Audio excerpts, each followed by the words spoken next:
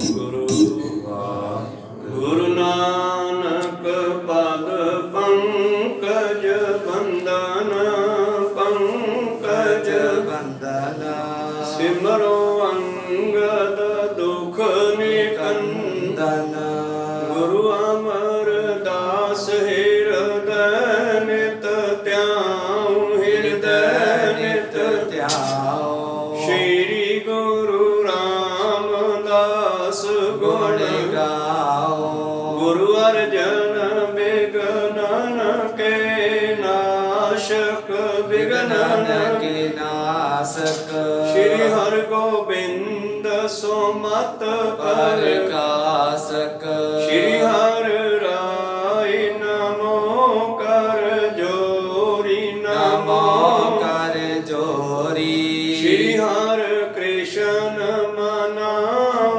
ਗਹੋਰੀ ਗੁਰੂ ਤੇਗ ਬਹਾਦਰ ਪਰਮ ਕਿਰਪਾਲਾ ਪਰਮ ਕਿਰਪਾਲਾ ਸ਼੍ਰੀ ਗੁਰੂ ਗੋਬਿੰਦ ਸਿੰਘ ਵਿਸਾਲਾ ਤਰੋ ਤਰਾ ਪਰ ਪੁਨ ਪੁਨ ਸੀਸਾ ਪੁਨ ਪੁਨ ਸੀਸਾ ਬੰਦੋਂ ਬਾਰ ਬਾਰ ਜਗਦੀਸਾ ਏਕ ਓੰਕਾਰ ਸਤਿਗੁਰੂ ਏ ਪ੍ਰਸਾਦ ਸਚ ਹੋਏ ਵਾਹਿਗੁਰੂ ਜੀ ਕੀ ਫਤਿਹ ਹੈ ਵਿਘਨ ਵਿਨਾਸ਼ਨ ਸੋਏ ਵਾਹਿਗੁਰੂ ਜੀ ਕੀ ਫਤਿਹ ਹੈ ਵਿਘਨ ਵਿਨਾਸ਼ਨ ਸੋਏ ਦੋਹਰਾ हाथ जोर बिर अर्ज गुजारी प्रभ जी बख्शो खता हमारी महक लेन सिंह भेजे जबै हमने कपट रच्यो पिक तबै वाहिगुरु जी का खालसा वाहिगुरु जी की फतेह। ਆਓ ਗੁਰੂ ਪਿਆਰੇ ਗੁਰੂ ਸਵਾਰੇ ਸਤਸੰਗੀ ਜਨੋ ਰੋਜ਼ਾਨਾ ਦੀ ਤਰ੍ਹਾਂ ਪਾਤਸ਼ਾਹ ਜੀ ਕੀ ਅਪਾਰ ਕਿਰਪਾ ਬਖਸ਼ਿਸ਼ ਦਾ ਸਦਕਾ ਪਿਛਲੇ ਪਹਿਰਾਂ ਦੇ ਦੀਵਾਨ ਸਜਾਉਂਦੇ ਹੋਏ ਆਪ ਜੀ ਗੁਰੂ ਚਰਨਾਂ ਵਿਖੇ ਹਾਜ਼ਰੀਆਂ ਲਵਾ ਰਹੇ ਹੋ। ਆਓ ਲੜੀਵਾਰ ਇਤਿਹਾਸ ਦੀ ਕਥਾ ਵਿਚਾਰ ਨਾਲ ਜੁੜਨਾ ਕਰੀਏ ਜੀ। ਅੱਜ ਨਿਨ ਭਗਤ ਰਵਿਦਾਸ ਜੀ ਦੇ ਪ੍ਰਕਾਸ਼ ਦਿਹਾੜੇ ਦੀਆਂ ਆਪ ਜੀ ਨੂੰ ਲੱਖ ਲੱਖ ਵਧਾਈਆਂ ਹੋਵਨ। ਆਓ ਲੜੀਵਾਰ ਕਥਾ ਨਾਲ ਜੁੜੀਏ। ਪਿਛਲੇ ਦਿਨੀ ਵਿਚਾਰਾਂ ਸਰਵਣ ਕਰ ਰਹੇ ਸੀ। ਧੰਨ ਗੁਰੂ ਗੋਬਿੰਦ ਸਿੰਘ ਜੀ ਮਹਾਰਾਜ ਦਮਦਮਾ ਸਾਹਿਬ ਵਿਖੇ ਵਿਰਾਜ ਰਹੇ ਹਨ ਔਰ ਇੱਕ ਦਿਨ ਬੰਗੇਰਾ ਵਾਲਿਆਂ ਨੇ ਸਲਾਹ ਕੀਤੀ ਕਿ ਯਾਰ ਆਪਾਂ ਉਹਨਾਂ ਦੇ ਸਿੰਘਾਂ ਨੂੰ ਮਜ਼ਾਕ ਕੀਤਾ ਸੀਗਾ ਤੇ ਗੁਰੂ ਸਾਹਿਬ ਨੂੰ ਪਤਾ ਲੱਗਿਆ ਹੋਣਾ ਤੇ ਆਪਾਂ ਚੱਲ ਕੇ ਮਾਫੀ ਮੰਗੀਏ ਕਿਤੇ ਐਸਾ ਨਾ ਹੋਵੇ ਕੋਈ ਐਸਾ ਬਚਨ ਉਹਨਾਂ ਦੇ ਕੋਲੋਂ ਹੋ ਜਾਵੇ। ਤੇ ਫਿਰ ਉਹ ਰਸਤ ਭਰ ਕੇ ਗੱਡਾ ਲੈ ਕੇ ਆਏ ਔਰ ਰਾਸ਼ਨ ਲਾ ਕਰਕੇ ਲੰਗਰ ਵਿੱਚ ਪਾਤਸ਼ਾਹ ਦੇ ਹਜ਼ੂਰ ਪਹੁੰਚੇ। ਹੱਥ ਜੋੜ ਕੇ ਮੱਥਾ ਟੇਕਿਆ ਤੇ ਫਿਰ ਬੇਨਤੀ ਕਰਦੀ ਆ ਮਹਾਰਾਜ ਤੁਸੀਂ ਸਾਡਾ ਪਰਦਾ ਢੱਕ ਲਿਆ, ਸਾਡੀ ਗਲਤੀ ਮਾਫ ਕਰ ਦਿਓ। ਕੀ ਕਹਿੰਦੇ ਆ ਤੇ ਅਗਲੀ ਕਥਾ ਕੀ ਆ ਇਹ ਆਪਾਂ ਹੁਣ ਆਰੰਭ ਕਰਕੇ ਸਰਵਣ ਕਰਦੇ ਹਾਂ। ਉਸ ਤੋਂ ਪਹਿਲਾਂ ਆਪਣੀਆਂ ਅਤੇ ਦਾਸਾਂ ਦੀਆਂ ਗੁਰੂ ਚਰਨਾਂ ਵਿੱਚ ਲਵਾਓ ਹਾਜ਼ਰੀਆਂ। ਗੁਰੂ ਕਾ ਬਖਸ਼ਿਆ ਫਤਿਹ ਦਾ ਨਾਰਾ ਕਰੋ ਬੁਲੰਦ ਗੱਜ ਕੇ ਆਖੋ ਜੀ ਵਾਹਿਗੁਰੂ ਜੀ ਕਾ ਖਾਲਸਾ ਵਾਹਿਗੁਰੂ ਜੀ ਕੀ ਫਤਿਹ। ਦੋਹਰਾ हाथ जोर तिर अर्ज गुजारी प्रभ जी बख्शो खता हमारी। ਨੱਤ ਬੰਗੇਰਾ ਵਾਲਿਆਂ ਨੇ ਧੰਨ ਗੁਰੂ ਗੋਬਿੰਦ ਸਿੰਘ ਜੀ ਦੇ ਹਜ਼ੂਰੀ ਵਿੱਚ ਆ ਕੇ ਮੱਥਾ ਟੇਕਿਆ, ਹੱਥ ਬੰਨ ਕੇ ਬੇਨਤੀ ਕਰਦੇ ਆ ਮਹਾਰਾਜ ਸਾਥੋਂ ਇਹ ਗਲਤੀ ਹੋ ਗਈ, ਸਾਨੂੰ ਮਾਫ ਕਰ ਦਿਓ ਜੀ। महक लेन सिंह भेजे जबै हमने कपट रच्यो पिक तबै। ਪਾਤਸ਼ਾਹ ਕਹਿੰਦੇ ਕੀ ਗਲਤੀ ਕਰ ਲਈ ਤੁਸੀਂ? ਕਹਿੰਦੇ ਜਦ ਤੁਸੀਂ ਮੈਲਾਗਰ ਸਿੰਘ ਦੇ ਜਥੇ ਨੂੰ ਸਿੰਘਾਂ ਨੂੰ ਝੋਟਾ ਲੈਣ ਵਾਸਤੇ ਨੱਤ ਬੰਗੇਰਾ ਭੇਜਿਆ ਸੀ ਉਦੋਂ ਅਸੀਂ ਉਹਨਾਂ ਨੂੰ ਵੇਖ ਕਰਕੇ ਇੱਕ ਮਨ ਵਿੱਚ ਛਲ ਰਚਿਆ ਸੀ। तुमने पर्दा टक्यो हमारो ग्यो बठिंडे महक विचारो।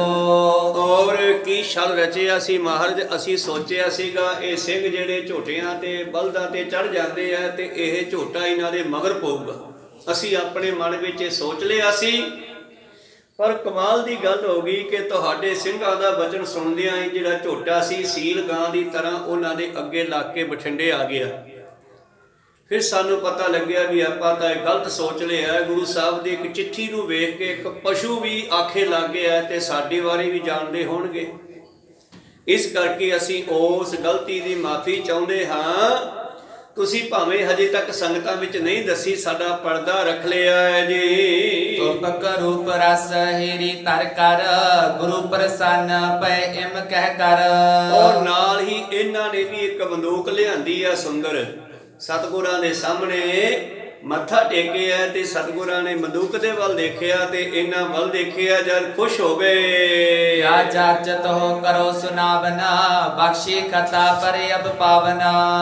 ਔਰ ਗੱਡੇ ਵਿੱਚ ਜਿੱਥੇ ਰਾਸ਼ਨ ਲਿਆਏ ਆ ਉੱਥੇ ਲੂਣ ਵੀ ਲਿਆਏ ਆ। ਪਹਿਲਾਂ ਲੂਣ ਬਹੁਤ ਔਖਾ ਮਿਲਦਾ ਸੀਗਾ, ਹੁਣ ਤਾਂ ਵਾਧੂ ਹੋ ਗਿਆ।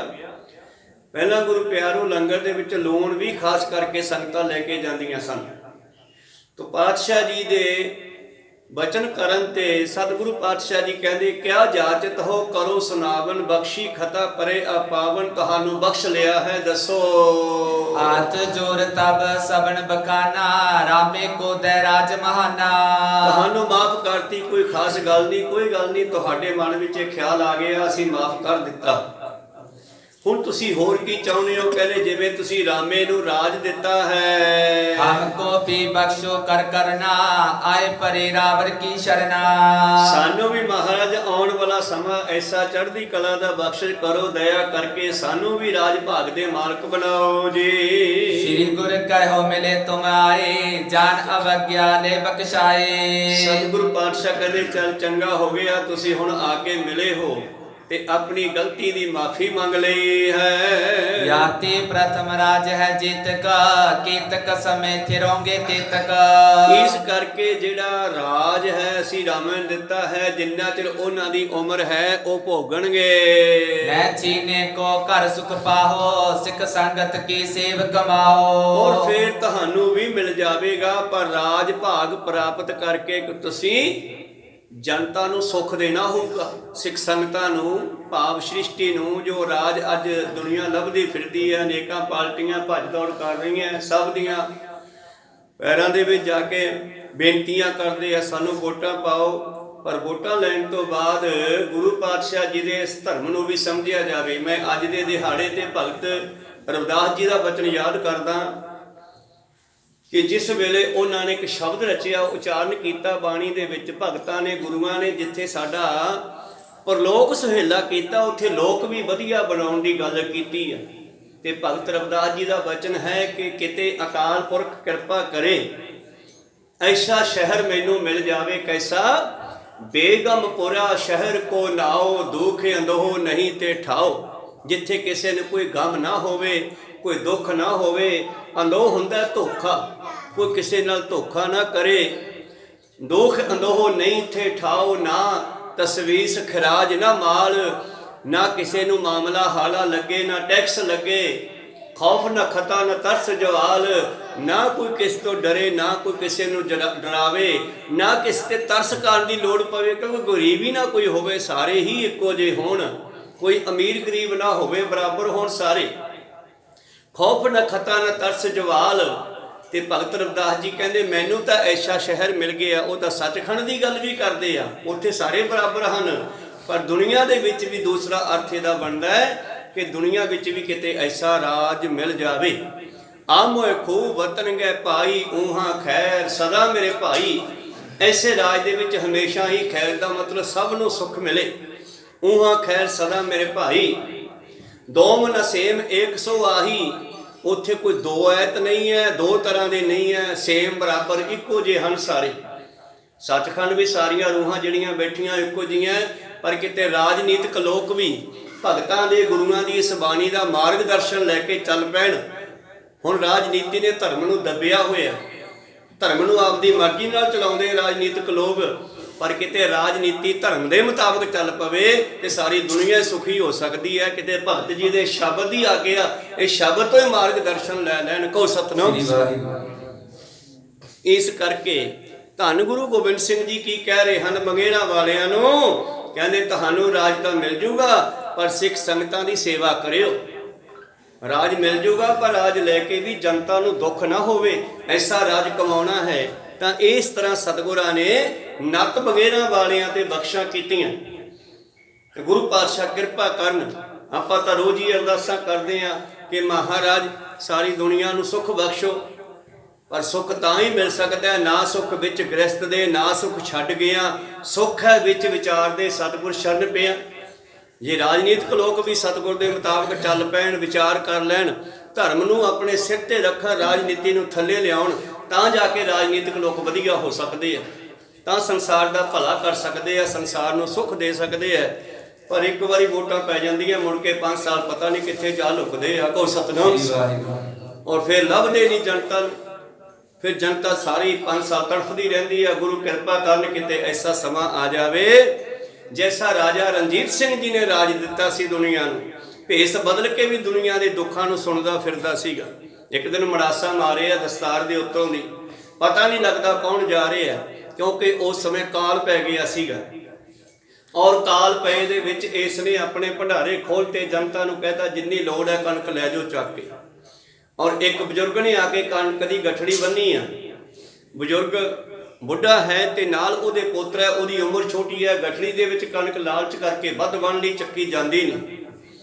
ਤੇ ਕੁਦਰਤੀ ਚੈੱਕਅਪ ਕਰਦੇ ਰਾਜਾ ਸਾਹਿਬ ਆ ਗਏ, ਸਿਰ ਤੇ ਮੜਾਸਾ ਬੰਨਿਆ ਹੋਇਆ, ਪਛਾਣ ਨਹੀਂ ਆਉਂਦੀ ਕੌਣ ਹੈ, ਕਿਉਂਕਿ ਇਸੇ ਤਰ੍ਹਾਂ ਹੀ ਗੁਰੂ ਪਿਆਰੋ ਚਾਨਚੱਕ ਹੀ ਜਿਹੜਾ ਹੈ ਚੈੱਕਅਪ ਕੀਤੀ ਜਾਂਦੀ ਹੈ। ਫਿਰ ਹੀ ਪਤਾ ਲੱਗਦਾ ਜਦੋਂ ਭੇਸ ਬਦਲ ਕੇ ਕੋਈ ਵੇਖੇ ਵੀ ਹਾਂ ਕੌਣ ਕੀ ਕਰਦਾ ਫਿਰਦਾ। ਤੇ ਆਇਆ ਤੇ ਬਜ਼ੁਰਗ ਬੈਠਾ, ਗਠੜੀ ਕਰਨੀ ਝਾਕੀ ਜਾਂਦਾ, ਕੋਲੇ ਪੋਤਾ ਹੀ ਬੈਠਾ। ਤੇ ਬਜ਼ੁਰਗ ਪੁੱਛਦਾ ਬਾਪੂ ਤੂੰ ਲੈ ਕੇ ਨਹੀਂ ਜਾਂਦਾ ਕਣਕ ਨੂੰ ਘਰੇ? ਉਹ ਕਹਿੰਦਾ ਸ਼ੇਰਾ ਕਿੱਥੇ ਲੈ ਕੇ ਜਾਵਾਂ, ਬੱਚਾ ਛੋਟਾ ਨਾ ਹੀ ਤੋਂ ਚੱਕੀ ਜਾਂਦੀ ਹੈ, ਮੈਂ ਬੁੱਢਾ ਮੈਥੋਂ ਵੀ ਨਹੀਂ ਚੱਕੀ ਜਾਂਦੀ।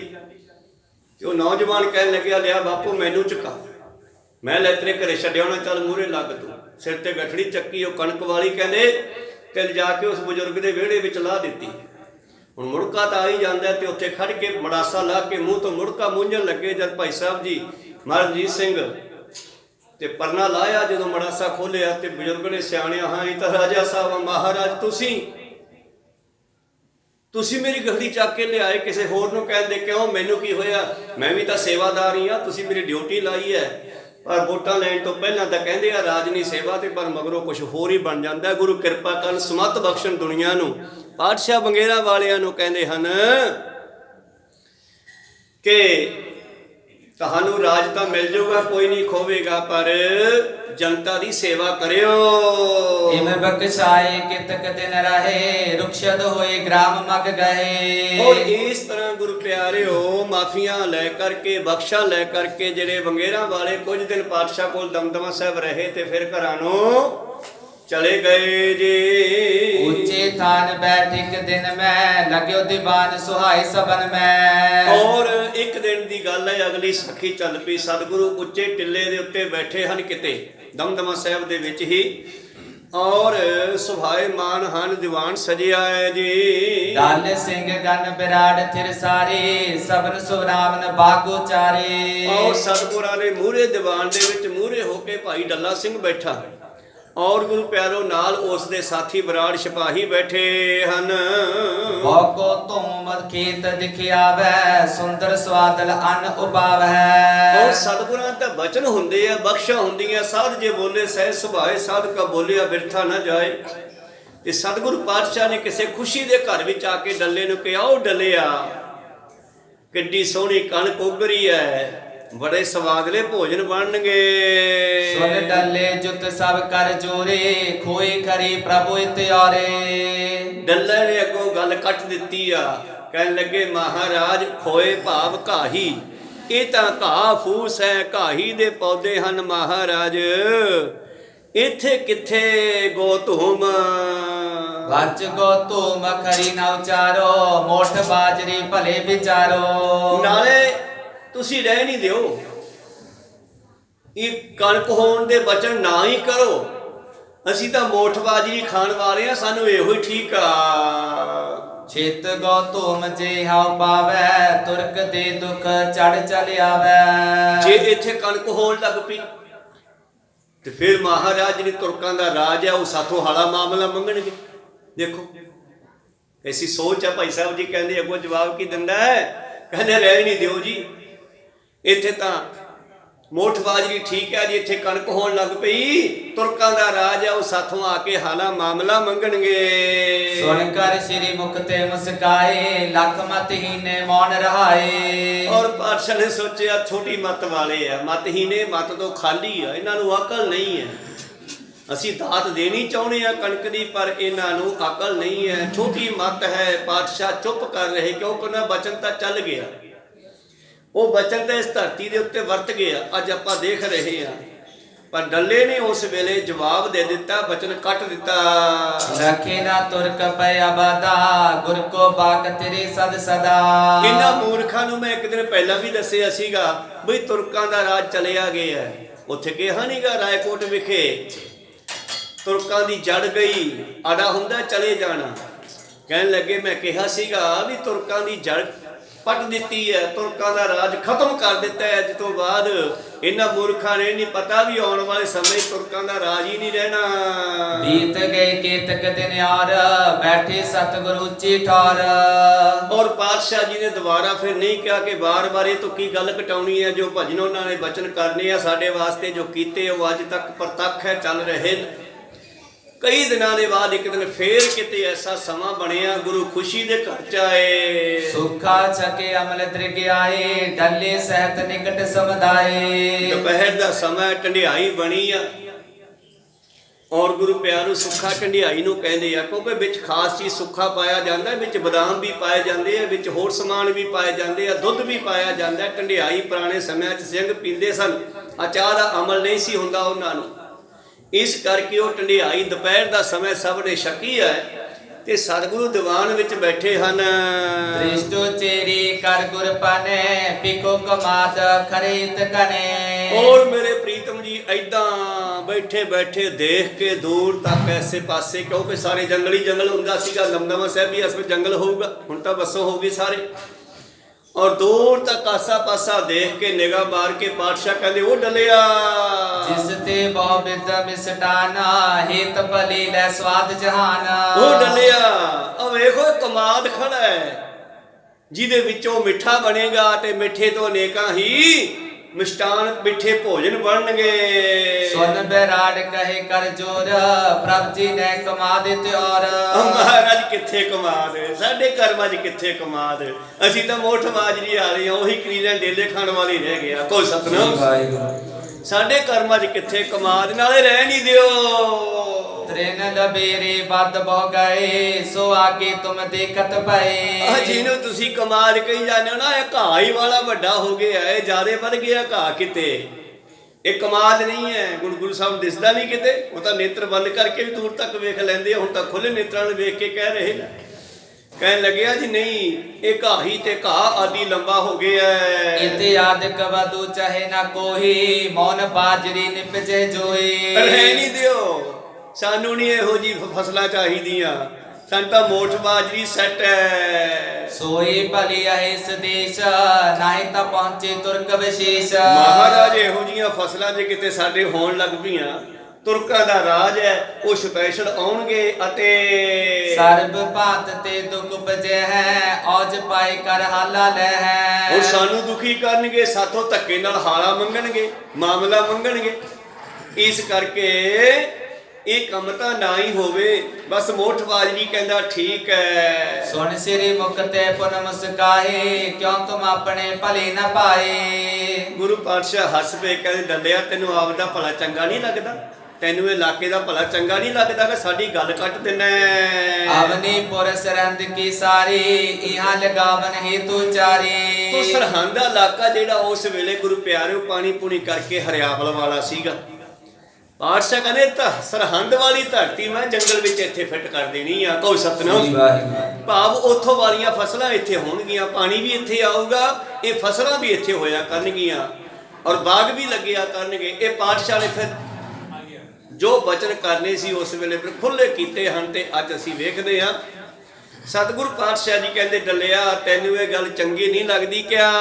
ਭਲੇ ਪਦਾਰਥ ਜੋ ਤੈ ਹੁਤੇ, ਸਕਰੇ ਉਪਜਤ ਸਵਾਦ ਲਿਤੇ। ਔਰ ਜਿਹੜੇ ਪਦਾਰਥ ਉੱਥੇ ਪਟਿਆਲੇ ਦੇ ਇਲਾਕੇ ਬੰਨੀ, ਕਿਉਂਕਿ ਇੱਧਰ ਨੂੰ ਜਾਈਏ ਤੇ ਇੱਧਰ ਨੂੰ ਪਾਣੀ ਦਾ ਹਰਿਆਵਲ ਵੱਧਦੀ ਜਾਂਦੀ ਹੈ, ਇੱਧਰ ਨੂੰ ਜਾਈਏ ਤੇ ਘਟਦੀ ਜਾਂਦੀ ਹੈ ਤੇ ਉਸ ਪਾਸੇ ਪਾਣੀ ਵੱਧ ਸੀਗੇ, ਇਸ ਕਰਕੇ ਉੱਥੇ ਧਰਤੀਆਂ ਤੇ ਚੀਜ਼ਾਂ ਸੀਗੀਆਂ ਪਹਿਲਾਂ, ਤਾਂ ਹੀ ਉਸ ਸਰਹੰਦ ਨੂੰ ਮੁਗਲਾਂ ਨੇ ਆਪਣੀ ਰਾਜਧਾਨੀ ਬਣਾਇਆ ਹੋਇਆ ਸੀ। ਕੋ ਸਤਨਾਮ। ਲਾਹੌਰ ਨੂੰ ਉਸ ਪਾਸੇ ਤੋ ਖੈਰ ਉਸ ਨੂੰ ਹਿੰਦ ਦਾ ਸਿਰ ਵੀ ਕਿਹਾ ਜਾਂਦਾ ਸੀਗਾ। ਤੁਸੀਂ ਕਈ ਵਾਰੀ ਆਪਣੀ ਗੱਲਾਂ ਬਾਤਾਂ ਕਰਦੇ ਆ, ਮਾਲਵੇ ਦੇ ਲੋਕ ਕਰਦੇ ਆ, ਆਹ ਤਾਂ ਧਰਤੀ ਝੋਟੇ ਦੇ ਸਿਰ ਵਰਗੀ ਆ। ਝੋਟੇ ਸਿਰ ਵਰਗੀ ਹੋਣ ਦਾ ਮਤਲਬ ਉਪਜਾਊ। ਤਾਂ ਇਸ ਕਰਕੇ ਉਸ ਸਰਹੰਦ ਦਾ ਨਾਮ ਸਰਹੰਦ ਰੱਖਣ ਦਾ ਮਤਲਬ ਹੈ ਕਿ ਹਿੰਦੁਸਤਾਨ ਦਾ, ਇਸ ਭਾਰਤ ਦਾ ਇਹ ਸਿਰਾ ਹੈ, ਇਹ ਜਿਹੜੀ ਧਰਤੀ ਆ ਇਹ ਸਿਰਾ ਹੈ। ਇਸ ਕਰਕੇ ਉਹਦਾ ਨਾਮ ਸਰਹੰਦ ਰੱਖਿਆ ਗਿਆ ਸੀ। ਖੈਰ ਕਹਿਣ ਲੱਗੇ ਪਾਤਸ਼ਾਹ ਜੀ, ਅਸੀਂ ਸਰਹੰਦ ਦੀ ਧਰਤੀ ਤੇ ਹੋਣ ਵਾਲੀਆਂ ਸਾਰੀਆਂ ਫਸਲਾਂ ਉਹ ਧਰਤੀ ਇੱਥੇ ਫਿੱਟ ਕਰ ਦੇਣੀ ਆ। ਚਿਤ ਦਿਨ ਹੋਏ ਤੁਰਕ ਬਿਨਾਸੀ, ਰਾਜ ਖਾਲਸੇ ਕੋ ਹੋਏ ਰਾਸੀ। ਓਏ ਤੁਰਕਾਂ ਦਾ ਰਾਜ ਬਾਲਾ ਚਿਰ ਨਹੀਂ ਰਹਿਣਾ, ਇਹ ਤਾਂ ਥੋੜੇ ਦਿਨਾਂ ਦਾ ਹੀ ਆ, ਫਿਰ ਖਾਲਸੇ ਦਾ ਰਾਜ ਹੋਵੇਗਾ। ਮੋਠ ਬਾਜਰੇ ਅੰਗੀਕਾਰ ਹੋ, ਅਪਰ ਨਾ ਹੋਏ ਇਸ ਦੇਸ਼ ਉਚਾਰ ਹੋ। ਔਰ ਤੂੰ ਕਹਿ ਦਿੰਦਾ ਸਾਨੂੰ ਮੋਠ ਬਾਜਰੀ, ਠੀਕ ਹੈ ਜੀ, ਅੰਗੀਕਾਰ ਹੁੰਦਾ ਪ੍ਰਵਾਨ ਕਰਨਾ। ਉਹ ਤੂੰ ਕਹਿੰਦਾ ਸਾਨੂੰ ਮੋਠ ਬਾਜਰੀ ਅੰਗੀਕਾਰ ਹੈ ਪ੍ਰਵਾਨ, ਤੂੰ ਇਸ ਦੇਸ਼ ਦੇ ਵਿੱਚ ਹੋਰ ਚੀਜ਼ਾਂ ਹੋਣ ਨੂੰ ਚੰਗਾ ਨਹੀਂ ਸਮਝਦਾ। ਸਵਾ ਜਾਮ ਦਿਨ ਚਰ ਹੈ ਜਾਵਦ, ਤੁਮਰੀ ਮਤ ਥਿਰ ਰਹੇ ਨਾ ਤਾਵਦ। ਬਾਦਸ਼ਾਹ ਕਹਿੰਦੇ ਸੋਡੀ ਮਤ ਜਿਹੜੀ ਆ ਸਵਾ ਪਹਿਰ ਦਿਨ ਚੜ੍ਹਨ ਤੋਂ ਬਾਅਦ ਖੁੱਲਦੀ ਆ। ਕਹੋ ਸਤਨਾਮ। ਤੁਹਾਡੀ ਬੁੱਧੀ ਬੰਦ ਹੋ ਜਾਂਦੀ ਆ ਰਾਤ ਨੂੰ, ਤੇ ਤੜਕੇ 3-4 ਘੰਟੇ ਚਾਲੂ ਨਹੀਂ ਹੁੰਦੀ, ਕਿਉਂਕਿ ਕਈ ਤਾਂ ਇੱਥੇ ਨਸ਼ੇੜੀ ਵੀ ਹੋਣਗੇ। ਕਹੋ ਸਤਨਾਮ। ਔਰ ਇਸ ਕਰਕੇ ਪਾਤਸ਼ਾਹ ਕਹਿੰਦੇ ਸੋਡੀ ਨਾ ਜੰਗਲੀ ਲੋਕਾਂ ਦੀ ਬੁੱਧੀ ਚੱਲਦੀ ਨਹੀਂ 3-4 ਘੰਟੇ ਤੱਕ, ਕਿਤੇ ਦੁਪਹਿਰੇ ਜਦੋਂ ਸੂਰਜ ਚੜ੍ਹਦਾ ਉਦੋਂ ਕਿਤੇ ਇਹਨੂੰ ਧੁੱਪ ਲੱਗਦੀ ਹੈ, ਫਿਰ ਚੱਲਦੀ ਆ। ਕਹੋ ਸਤਨਾਮ। ਇਸ ਕਰਕੇ ਸਵਾ ਪਹਿਰ ਤਾਂ ਤੁਹਾਡੀ ਬੁੱਧੀ ਚੱਲਦੀ ਹੋਈ ਨਹੀਂ। ਬਚਨ ਹਟਾਵਤ ਰਹੇ ਨਾ ਮਾਨਾ, ਤੋ ਸੁਨੋ ਇਹ ਦੇਸ਼ ਮਹਾਨਾ। ਤੂੰ ਤਾਂ ਮੇਰਾ ਬਚਨ ਕੱਟੀ ਜਾਣਾ, ਪਰ ਮੈਂ ਤੇਰੇ ਕੱਲੇ ਵਾਸਤੇ ਨਹੀਂ ਕਰਦਾ। ਸੁਣ ਲਾ, ਇਹ ਦੇਸ਼ ਬੜਾ ਮਹਾਨ ਹੋਵੇਗਾ, ਪੰਜਾਬ ਦਾ ਸੂਬਾ ਸਾਰਾ। ਸਨੇ ਸਨੇ ਕੋ ਤੁਮ ਹੋਏ ਜਾਹੇ, ਦਿਨ ਪ੍ਰਤ ਬਸਤ ਰਹੇ ਅਧਿਕਾਏ। ਔਰ ਗੁਰੂ ਪਿਆਰਿਓ, ਪੰਜਾਬ ਪਹਿਲਾਂ ਇੱਕ ਦੇਸ਼ ਸੀਗਾ, ਭਾਰਤ ਦੇਸ਼ ਅਲੱਗ ਸੀਗਾ, ਪੰਜਾਬ ਅਲੱਗ ਸੀਗਾ। ਔਰ ਇਹ ਪੰਜਾਬ ਉਹ ਦਿੱਲੀ ਦੇ ਸਿੰਘੂ ਬਾਰਡਰ ਤੱਕ ਸੀਗਾ। ਉਹ ਸਤਨਾਮ। ਸਿੰਘੂ ਬਾਰਡਰ ਦਾ ਨਾਮ ਹੀ ਸਿੰਘਾਂ ਤੋਂ ਪਿਆ ਹੋਣਾ, ਲਾਜ਼ਮੀ ਉੱਥੇ ਸਿੰਘਾਂ ਦਾ ਪਹਿਰਾ ਹੋਣਾ ਉੱਥੋਂ ਤੱਕ। ਤੇ ਇੱਧਰ ਗੁਰੂ ਪਿਆਰਿਓ ਅਫਗਾਨਿਸਤਾਨ ਕੰਨੀ, ਤੇ ਉਧਰ ਗੁਰੂ ਪਿਆਰਿਓ ਚੀਨ ਵਾਲੇ ਪਾਸੇ ਨੂੰ ਇਹ ਸਾਰਾ ਪੰਜਾਬ ਦਾ ਹੀ ਰਕਬਾ ਸੀ, ਵੱਡਾ ਮਹਾ ਪੰਜਾਬ ਇਹਨੂੰ ਕਹਿੰਦੇ ਸੀ। ਤਾਂ ਇਹ ਇੱਕ ਦੇਸ਼ ਸੀਗਾ ਜਿਸ ਨੂੰ ਹੌਲੀ ਹੌਲੀ ਭਾਰਤ ਦੇ ਵਿੱਚ ਮਿਕਸ ਕਰ ਲਿਆ ਗਿਆ। ਖੈਰ ਅੱਗੇ ਚੱਲੀਏ। ਸਤਿਗੁਰ ਪਾਤਸ਼ਾਹ ਜੀ ਕਹਿੰਦੇ ਤੂੰ ਬਾਰ-ਬਾਰ ਸਾਡੇ ਬਚਨਾਂ ਨੂੰ ਕੱਟੀ ਜਾਣਾ ਹੈ, ਪਰ ਸੁਣ ਲਾ। ਆਪਰ ਕਾਜ ਤੁਮ ਬਹੁਤ ਬਿਗਾਰਾ, ਮਾਨਿਓ ਬਾਕ ਨਾ ਜਥਾ ਉਚਾਰਾ। ਸਣੇ ਸਣੇ ਕੋ ਧੂਮ ਹੋਏ ਜਾਏ, ਜੇ ਤੂੰ ਕਹਿ ਦਿੰਦਾ ਨਾ ਸੱਤ ਹੈ ਜੀ, ਤੇ ਮੈਂ ਤੈਨੂੰ ਅੱਜ ਹੀ ਕਣਕ ਉਗਰੀ ਵਿਖਾ ਦਿੰਦਾ, ਪਰ ਹੁਣ ਤੇਰੇ ਮਰਨ ਤੋਂ ਬਾਅਦ ਹੀ ਹੋਵੇਗੀ। ਕਹੋ ਸਤਨਾਮ। ਸਣੇ ਸਣੇ ਹੌਲੀ ਹੌਲੀ ਹੌਲੀ ਹੌਲੀ ਇੱਥੇ ਕਣਕ ਵੀ ਹੋਵੇਗੀ, ਦਿਨਪਤੀ ਵਸਤ ਰਹੇ ਅਧਿਕਾਏ, ਔਰ ਫਿਰ ਵੱਧਦੀ ਜਾਵੇਗੀ। ਇਹ ਜੰਗਲ ਦੇ ਇਲਾਕੇ ਦੀ ਵਸੋਂ ਵੀ ਵਧੇਗੀ।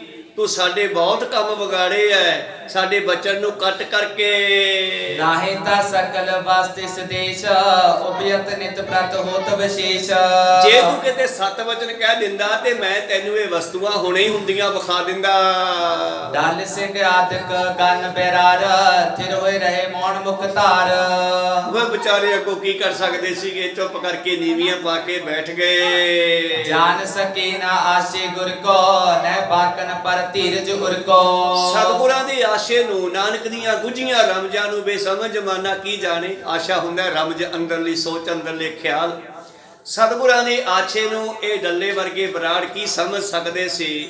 ਚੁੱਪ ਕਰਕੇ ਬਾਰ-ਬਾਰ ਉਹਨਾਂ ਦੇ ਬਚਨਾਂ ਨੂੰ ਕੱਢਦੇ ਸਨ। ਸਤਿਗੁਰਾਂ ਦੇ ਬਚਨਾਂ ਦੇ ਉੱਤੇ ਭਰੋਸਾ ਨਹੀਂ ਸੀ ਕਰਦੇ। ਦੋਹਰਾ ਇੱਕ ਦਿਨ ਬੈਠੇ ਸਤਿਗੁਰੂ, 10 ਕ ਸਿੰਘ ਤਹਿ ਆਏ। ਇੱਕ ਦਿਨ ਦੀ ਗੱਲ ਹੈ, ਧੰਨ ਗੁਰੂ ਗੋਬਿੰਦ ਸਿੰਘ ਮਹਾਰਾਜ ਜੀ ਦੀਵਾਨ ਸਜਾ ਕੇ ਬੈਠੇ ਨਾ, ਔਰ ਇੱਕ ਸੰਗਤ ਆਈ ਹੈ, 10 ਸਿੰਘਾਂ ਦਾ ਜਥਾ ਆਇਆ। ਕਹਿੰਦੇ ਬੰਦਨ ਕਰ ਬੈਠਤ ਬਹੇ, ਗਾਥਾ ਕਹੀ ਸੁਣਾਏ। ਔਰ ਆ ਸਤਿਗੁਰੂ ਪਾਤਸ਼ਾਹ ਜੀ ਨੂੰ ਹੱਥ ਬੰਨ ਕੇ ਨਮਸਕਾਰ ਕੀਤੀ ਹੈ, ਮੱਥਾ ਟੇਕਿਆ ਹੈ। ਚੌਪਈ ਕੋਟ ਕਪੂਰੇ ਕੋ ਲੈ ਮਾਰੇ, ਭਈ ਸੱਚ ਜਿਮ ਪ੍ਰਭੂ ਚਾਰੇ। ਔਰ ਗੁਰੂ ਪਿਆਰਿਓ, ਤੇ ਉਹਨਾਂ ਨੇ ਫਿਰ ਨਮਸਕਾਰ ਕਰਕੇ ਮੱਥਾ ਟੇਕ ਕੇ ਬੈਠ ਗਏ। ਹੋਰ ਗੱਲਾਂ ਬਾਤਾਂ ਚੱਲੀਆਂ, ਇਹਨਾਂ ਦੀ ਸੁਖ ਸੰਦ ਪੁੱਛੀ ਆਉਣ ਵਾਲਿਆਂ ਦੀ। ਹਾਂ ਭਾਈ ਕਿੱਥੋਂ ਆਏ ਹੋ ਜੀ? ਕੋਟਪੁਰ ਦੇ ਇਲਾਕੇ ਚੋਂ। ਅੱਛਾ ਤੇ ਕੋਟਕਪੂਰਾ ਦਲ ਸਿੰਘ ਬੈਠਿਓ ਨਿਕਟ ਸੁਨੰਤਾ ਬੂਜਨ ਕੀਨ ਸਕਲ ਬਿਰਤੰਤਾ।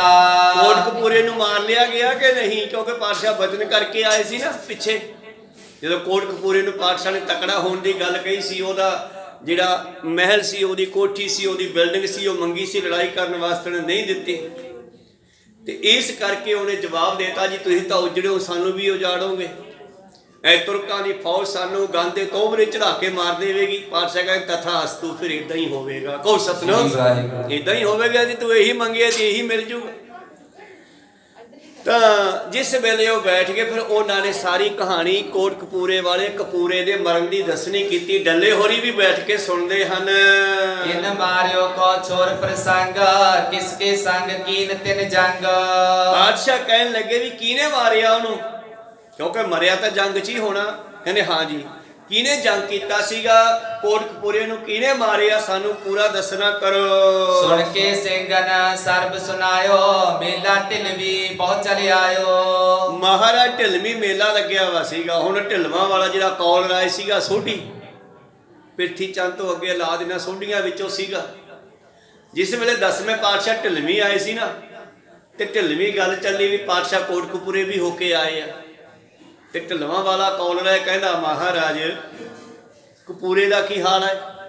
ਕਹਿੰਦੇ ਕਪੂਰੇ ਦੀਆਂ ਜੜ੍ਹਾਂ ਪੱਟਿਆਏ ਅਸੀਂ। ਕਹੋ ਸਤਨਾਮ।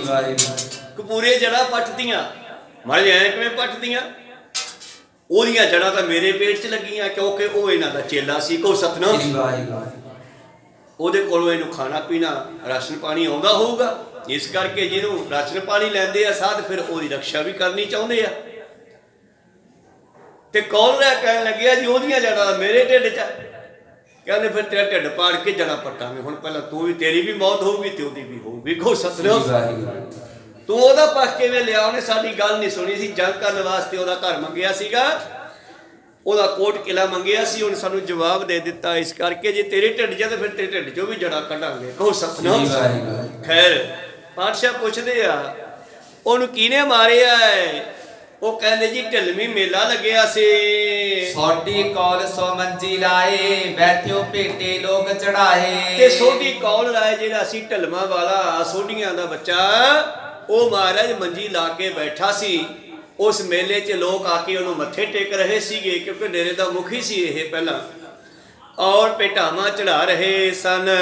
ਕਹਾ ਕਪੂਰਾ ਪੀ ਚਲ ਗਏ ਹੋ ਕੀਚਤ ਸੋ ਪਟ ਸੰਗ ਮੈਂ ਲਿਓ। ਔਰ ਕਪੂਰਾ ਵੀ ਆ ਗਿਆ ਢਿਲਵਾਂ ਵਾਲੇ ਮੇਲੇ ਦੇ ਵਿੱਚ, ਆਪਣੇ ਸੰਗੀਆਂ ਨੂੰ, ਆਪਣੇ ਸਿਪਾਹੀਆਂ ਨੂੰ ਨਾਲ ਲੈ ਕੇ। ਬੈਰੀ ਬਰਗਾੜੀ ਤਿਸ ਕੇਰੇ ਹੁਤੋ ਸ਼ਰੀਕਾ ਮਰੇ ਅਗੇਰੇ। ਔਰ ਇਹ ਕੋਟਕਪੂਰੇ ਤੇ ਬਗਰਾੜੀ ਵਾਲਿਆਂ ਦੀ ਆਪਸ ਵਿੱਚ ਲੜਾਈ ਚੱਲਦੀ ਸੀ।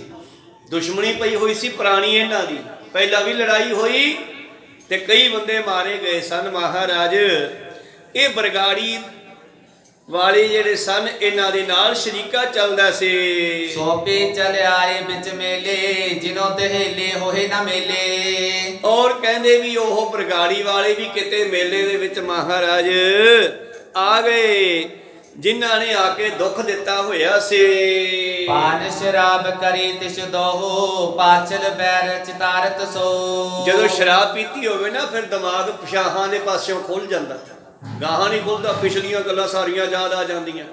ਮਹਾਰਾਜ ਇਹਨਾਂ ਨੇ ਕੋਟਕਪੂਰੇ ਵਾਲਿਆਂ ਨੇ ਤੇ ਢਿਲਵਾਂ ਵਾਲਿਆਂ ਨੇ, ਆਪਣਾ ਬਰਗਾੜੀ ਵਾਲਿਆਂ ਨੇ ਸ਼ਰਾਬ ਪੀਤੀ ਹੋਈ ਸੀ, ਤੇ ਇਹਨਾਂ ਨੇ ਇੱਕ ਦੂਜੇ ਨੂੰ ਵੇਖਿਆ ਤੇ ਪਿਛਲੀ ਦੁਸ਼ਮਣੀ ਚੇਤੇ ਆ ਗਈ। ਪ੍ਰਥਮ ਕਰਿਓ ਬਕਬਾਦ ਵਿਸਾਲਾ ਗਾਰ ਨਿਕਾਰਤ ਭੇਜ ਸਕਾਲਾ।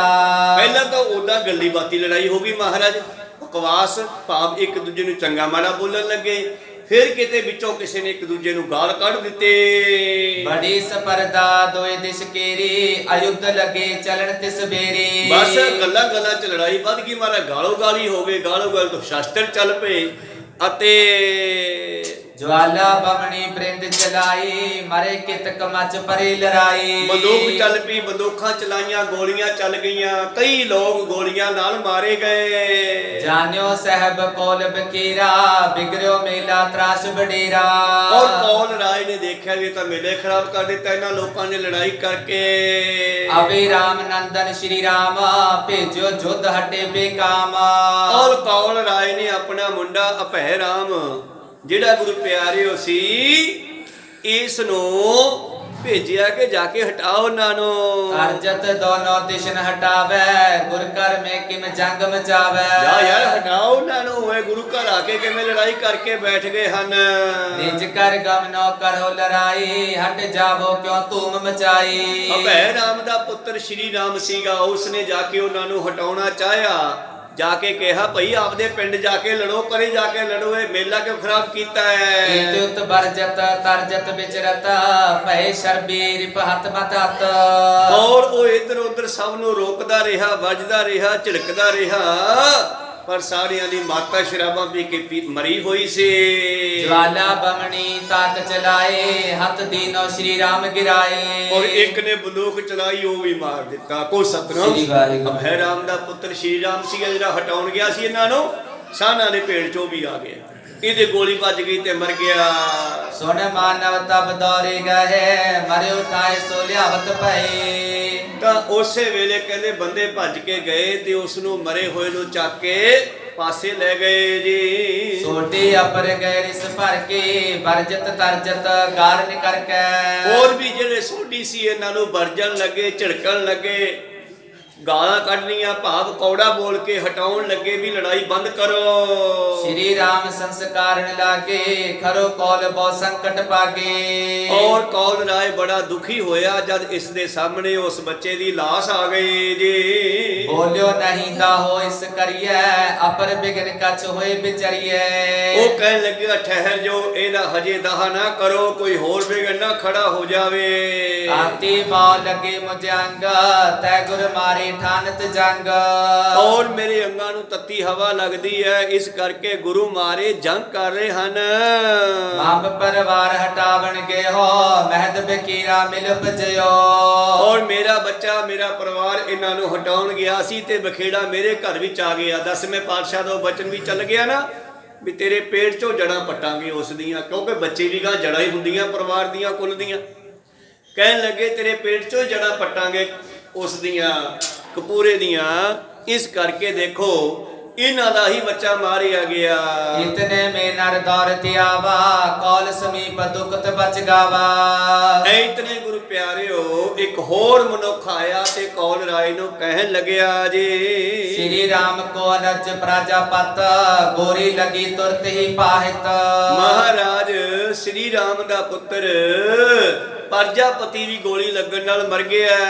ਜਾਏ ਉਠਾਇਓ ਤਤ ਛਿਨ ਲਿਆਏ, ਸਭ ਸੋਡਣ ਕਸ਼ਟ ਬਹੁ ਪਾਏ। ਉਹਨੂੰ ਵੀ ਭੱਜ ਕੇ ਚੱਕ ਲੈ, ਮੇਲੇ 'ਚ ਉਹ ਵੀ ਫਿਰਦੇ ਹੋਣਗੇ, ਵਿੱਚ ਉਹਦੇ ਵੀ ਗੋਲੀ ਲੱਗ ਗਈ। ਗੁਰੂ ਪਿਆਰਿਓ 2 ਬੱਚੇ ਮਰ ਗਏ ਇਹਨਾਂ ਦੇ ਪਰਿਵਾਰ ਦੇ, ਉਹਨੂੰ ਵੀ ਚੱਕ ਲਿਆਂਦਾ। ਦੋਨੋਂ ਕੇ ਇਕੱਠੇ ਸੰਸਕਾਰਾ, ਅਬੇ ਰਾਮ ਤਬ ਸ਼ਰਾਫ ਉਚਾਰਾ। ਹੁਣ ਅਭੈ ਰਾਮ ਦੇ 2 ਪੁੱਤਰੇ ਮਾਰੇ ਗਏ ਤੇ ਉਹ ਕਹਿਣ ਲੱਗਿਆ, ਬਮ ਨੰਦਨ ਤੈ ਮਾਰੇ ਦੋਹੇ, ਇਸ ਅਗ ਕੋ ਫਲ ਇਮ ਤੁਝ ਹੋਏ। ਕਹਿੰਦਾ ਮੇਰੇ 2 ਪੁੱਤਰ ਮਾਰ ਦਿੱਤੇ, ਤੈਨੂੰ ਇਸ ਪਾਪ ਦਾ ਫਲ ਇਉਂ ਮਿਲੇਗਾ। ਪੂਰਬ ਸ਼ਰਾਫ 10ਵੇਂ ਪਾਤਸ਼ਾਹ, ਮਰੇ ਤੁਰਕ ਤੇ ਲੈ ਕਰ ਫਾਹਾ। ਪਹਿਲਾਂ ਤਾਂ 10ਵੇਂ ਪਾਤਸ਼ਾਹ ਤੈਨੂੰ ਕਹਿ ਗਏ ਕਿ ਤੈਨੂੰ ਤੁਰਕ ਮਾਰਨਗੇ ਫਾਹਾ ਦੇ ਕੇ। ਖਾਏ ਤੋਬਰਾ ਬਦਲ ਚੜਾਵੇ, ਮਰਤ ਸਮੇਸ ਵਿਦ ਦੁਖ ਪਾਵੇ। ਔਰ ਤੇਰੀ ਜਾਨ ਨਿਕਲਣੀ ਨਹੀਂ ਜਿੰਨਾ ਚਿਰ ਤੇਰੇ ਮੂੰਹ ਤੇ ਗੰਦ ਦਾ ਲਫਾਫਾ ਨਾ ਬੰਨਿਆ ਗਿਆ। ਕੋਈ ਸਤਨਾਮ। ਕਿਉਂਕਿ 10ਵੇਂ ਪਾਤਸ਼ਾਹ ਨੇ ਬਚਨ ਕਰਤਾ, ਇਹਨੇ ਆਪ ਹੀ ਮੰਗ ਲਿਆ। ਕਹਿੰਦਾ ਨਾ ਜੀ ਨਾ, ਤੁਸੀਂ ਤਾਂ ਉਜੜੇ ਹੋਏ ਹੋ, ਅਸੀਂ ਵੀ ਉਜੜ ਜਾਾਂਗੇ। ਸਾਡੇ ਪਿੰਡ ਸ਼ਹਿਰ ਵਾਲੇ, ਕੋਟਕਪੂਰੇ ਵਾਲੇ ਮਾਰੇ ਜਾਣਗੇ ਲੋਕ, ਤੁਸੀਂ ਗਾਹਾਂ ਹੀ ਚਲੇ ਜਾਓ। ਨਹੀਂ ਤਾਂ ਤੁਰਕ ਕਹਿਣਗੇ ਕਪੂਰੇ ਨੇ ਕੋਠੀ ਦਿੱਤੀ, ਕੋਲ ਕਿਲਾ ਦਿੱਤਾ, ਉਹਨੂੰ ਵੀ ਗੰਗਾ ਤੋਂ ਉਰਾ ਚੜਾ ਕੇ ਫਾਹਾ ਦੇ ਕੇ ਮਾਰੋ। ਤੇ ਪਾਤਸ਼ਾਹ ਨੇ ਤਥਾਸਤੂ, ਜੇ ਇਦਾਂ ਤੇ ਫਿਰ ਇਦਾਂ ਹੀ ਹੋ ਜਾਊਗਾ। ਕਹੋ ਸਤਨਾਮ। ਸਾਧ ਜੇ ਬੋਲੇ ਸਹਿ ਸੁਭਾਏ, ਸਾਧ ਕਾ ਬੋਲਿਆ ਬਿਰਥਾ ਨਾ ਜਾਏ। ਤਾਂ ਉਹ ਫਿਰ ਅਭੈ ਰਾਮ ਕਹਿਣ ਲੱਗਿਆ, ਨਾ ਤੈਨੂੰ ਮੈਂ ਵੀ ਇੱਕ ਸ਼ਰਾਪ ਦੇਣਾ। 10ਵੇਂ ਪਾਤਸ਼ਾਹ ਦਾ ਜੋ ਕਹਿ ਗਏ ਹੋਏ ਸ਼ਰਾਪ ਤੇ ਜੜੇ ਤੁਹਾਰੀ, ਉਕਰ ਗਈ ਸਗਰੀ ਇੱਕ ਬਾਰੀ। ਤੇਰੀਆਂ ਸਾਰੀਆਂ ਹੀ ਜੜਾਂ ਪੱਟੀਆਂ ਜਾਣਗੀਆਂ ਇੱਕੋ ਵਾਰੀ। ਪਾਣੀ ਦੇਵਾ ਰਹੇ ਨਾ ਕੋਈ, ਇਮ ਸੰਕਟ ਬੜ ਤੁਮ ਕੋ ਹੋਏ। ਤੁਹਾਡੇ ਪਰਿਵਾਰ ਦੇ ਵਿੱਚ ਕੋਈ ਪਾਣੀ ਪਿਉਣ ਵਾਲਾ ਵੀ ਨਹੀਂ ਬਚੇਗਾ। ਇਹੋ ਸ਼ਰਾਪ ਸੁਣ ਕੇ ਪਛਤਾਇਓ, ਬਹਰੋਂ ਕੇ ਤਕ ਕਾਲ ਬਿਤਾਇਓ। ਇਹ ਗੱਲ ਸੁਣ ਕਰਕੇ ਜਿਹੜਾ ਗੁਰੂ ਪਿਆਰਿਓ ਇਹ ਕੋਟਕਪੂਰੇ ਦਾ ਬੰਦਾ ਸੀ, ਜਾਂ ਜਿਸਨੇ ਵੀ ਗੱਲ ਕੀਤੀ ਆ, ਉਹ ਕਹਿਣ ਲੱਗਿਆ ਈਸੇ ਕਾਨ ਮੱਝ ਚੜਿਆ ਹੋ ਕੇਰ ਕੋਟ ਤਿਨ ਜੰਗ ਮਚਾਇਓ। ਇਹ ਲੜਾਈ ਤਾਂ ਇੱਥੇ ਹੋਈ ਢਿੱਲਵੀਂ, ਇਹ ਤਾਂ ਮੁੜ ਕੇ ਖਤਮ ਹੋ ਗਈ, 2 ਬੰਦੇ ਮਾਰੇ ਗਏ ਇੱਥੇ। ਉਸ ਤੋਂ ਬਾਅਦ ਕੋਟਕਪੂਰੇ ਦੇ ਉੱਤੇ ਈਸੇ ਖਾਂ ਮੱਝ ਜਿਹੜਾ ਸੀਗਾ ਉਹ ਫੌਜ ਲੈ ਕੇ ਚੜ੍ਹਾਈ ਕਰਕੇ ਆ ਗਿਆ ਜੀ। ਏਲ ਕਾਲ ਕਰ ਚੜ ਕੇ ਸੂਰਾ ਕਾਸ ਪੁੰਜ ਮੈਂ ਦੌੜਿਓ ਕਪੂਰਾ। ਔਰ ਇਹ ਹਮਲਾ ਕਰਕੇ ਕੋਟਕਪੂਰੇ ਤੇ ਆ ਚੜ੍ਹਾਈ ਕੀਤੀ। ਕੋਟ ਕਿਲੇ ਨੂੰ ਕਹਿੰਦੇ ਆ ਕਪੂਰਾ, ਕਪੂਰੇ ਨੂੰ ਕਹਿੰਦੇ ਆ। ਕਪੂਰੇ ਦੇ ਪਿੰਡ ਤੇ ਆ ਕੇ ਚੜ੍ਹਾਈ ਕਰ ਲਈ। ਔਰ ਜਦ ਚੜ੍ਹਾਈ ਕੀਤੀ ਆ ਤੇ ਕਪੂਰਾ ਆਪਣੀ ਜਾਨ ਬਚਾਉਣ ਵਾਸਤੇ ਘਾਹ ਵਿੱਚ ਜਾ ਕੇ ਲੁਕ ਗਿਆ। ਈਸੇ ਖਾਨ ਪਨਿਓ ਵਿੱਚ ਹੈ ਖੋਜ ਲਿਓ ਨੇ ਭਾਂਗਣ ਲਹੈ। ਔਰ ਈਸੇ ਖਾਂ ਆਪਣੇ ਸਿਪਾਹੀਆਂ ਨੂੰ ਕਹਿੰਦਾ ਇੱਥੇ ਕਿਤੇ ਹੋਣਾ, ਲੱਭੋ ਉਸ ਨੂੰ, ਭੱਜ ਨਾ ਜਾਵੇ। ਇਹ ਤੂਤ ਖੋਜਿਓ ਲਿਓ ਨਿਕਾਸ ਕਹਿ ਕਰ ਆਨਿਓ ਤੂਰਨ ਪਾਸ।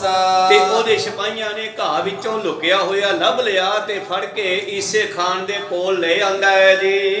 ਇੱਕ ਪਠਾਨ ਭਰਿਓ ਤੂੰ ਸੂਰਾ ਇੱਲਾ ਕੁੱਕੜ ਬਾਗ ਕਪੂਰਾ। ਔਰ ਪਠਾਨ ਨੇ ਵੇਖ ਕੇ ਕਿਹਾ ਤੂੰ ਸੀਰਵੀਰ ਯੋਧਾ ਹੈ। ਕਪੂਰੇ ਨੂੰ ਇਲ ਕੁੱਕੜ ਵਾਂਗੂ ਫੜ ਲਿਆਂਦਾ ਹੈ। ਬਾਜ ਰਖਣ ਕੋ ਲਾਜ ਲਗਾਹੀ ਇਮ ਕਹਿ ਲਈ ਕੈਦ ਕਰਾਈ। ਔਰ ਤੂੰ ਬਾਜ ਰੱਖੇ ਹੋਏ ਹੈ ਤੇ ਤੂੰ ਇਲ ਕੁੱਕੜ ਤੋਂ ਵੱਧ ਹੈ। ਜਿਵੇਂ ਕਿਸੇ ਅਨਪੜ੍ਹ ਨੂੰ ਕਹੀਏ ਇਹਨੂੰ ਤਾਂ ਇਲ ਕੁੱਕੜ ਨਹੀਂ ਆਉਂਦਾ, ਕਹਿਣ ਲੱਗੇ ਹੁਣ ਤਾਂ ਤੂੰ ਆਪਣੇ ਆਪ ਨੂੰ ਯੋਧਾ ਕਹਾਉਣਾ ਤੇ ਤੂੰ ਇਲ ਕੁੱਕੜ ਤੋਂ ਵੱਧ ਨਹੀਂ ਹੈ। ਇਸ ਕਰਕੇ ਇਸ ਨੂੰ ਫਿਰ ਕੈਦ ਕਰਵਾ ਦਿੱਤਾ ਹੈ। ਈਸੇ ਖਾਨ ਕੂਚ ਕਰ ਦੀਨਾ ਜਿਤ ਜਾਨੋ ਸੋ ਮਾਰਗ ਲੀਨਾ। ਈਸੇ ਖਾਂ ਇਹਨੂੰ ਫੜ ਕੇ ਚਲਿਆ ਗਿਆ, ਨਾਲ ਲੈ ਗਿਆ। ਜਿੱਧਰ ਜਾਂਦਾ ਇਹ ਕੈਦ ਵਿੱਚ ਨਾਲ ਹੀ ਹੈ। ਰਿਦੇ ਵਿਚਾਰ ਕਰਤ ਪੈ ਮਹਾ ਇਸ ਪਕਰੇ ਹੋਏ ਹਾਸਲ ਕਹਾ। ਔਰ ਰਸਤੇ ਵਿੱਚ ਈਸੇ ਖਾਂ ਸੋਚਦਾ ਜਾਂਦਾ ਯਾਰ ਇਹਦਾ ਕੀ ਕਰਾਂਗੇ, ਐਵੇਂ ਫੜੀ ਜਾਂਦੇ ਆ ਇਸ ਨੂੰ। ਤਾਲੂ ਜਾਰ ਬਿਕੇ ਕਹੀਰਾ ਖਰੋ ਹੋਏ ਬੋਲਿਓ ਤਿਸ ਬੇਰਾ। ਕਿਤੇ ਇਹਨਾਂ ਨੇ ਪੜਾ ਕੀਤਾ ਜੰਗਲ ਦੇ ਵਿੱਚ, ਤਾਲ ਭਾਵ ਟੋਭਾ ਸੀਗਾ ਪਾਣੀ ਦਾ, ਉੱਥੇ ਖੜ ਕੇ ਇਹਨਾਂ ਨੇ ਪੜਾ ਕੀਤਾ ਹੈ। ਤੇ ਕਪੂਰੇ ਨੂੰ ਦੇਖ ਕੇ ਬੰਨਿਆ ਹੋਇਆ ਸੰਗਲਾਂ ਨਾਲ ਸੋਚਿਆ ਵੀ ਇਹਦਾ ਕੀ ਕਰਨਾ ਹੈ ਆਪਾਂ ਯਾਰ ਨਾਲ।